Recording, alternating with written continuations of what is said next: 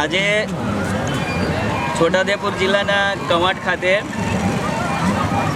વિશ્વ પ્રખ્યાત એવો પારંપરિક આ વિસ્તારના આદિવાસી સમાજનો હોળીના સમયનો આ ગેરનો મેળો છે. હોળીના પછીના ત્રીજા દિવસે ભરાતો આ એક પારંપરિક ગેરનો મેળો કહેવાય છે. અને ગેરના મેળામાં બાજુમાં મહારાષ્ટ્ર, મધ્યપ્રદેશને અને ગુજરાતની આસપાસના તમામ આદિવાસી સમાજના લોકો મેળો માણવા માટે અને પોતાની એક સંસ્કૃતિની ઝાંખી કરાવવા માટે અહીંયા આવતા હોય છે.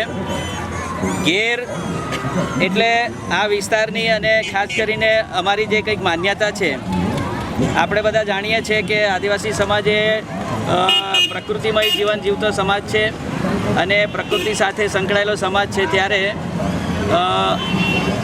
આદિવાસી સમાજની અંદર ખાસ કરીને ઋતુ પ્રમાણે એમની જીવનશૈલી છે. અને એ પ્રમાણે માનો કે શિયાળા પછી હવે ઉનાળાનો સમય શરૂ થયો છે, ત્યારે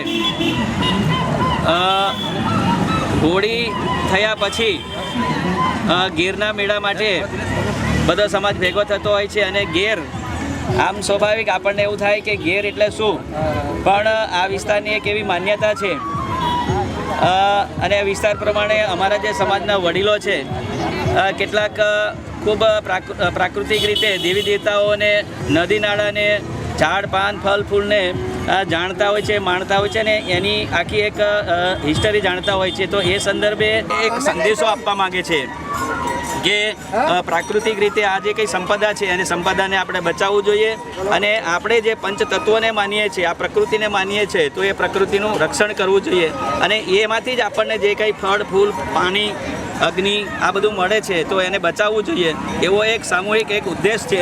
અને આવા એક ઉદ્દેશથી આદિવાસી સમાજ અહીંયા મેળામાં ભેગો થતો હોય છે.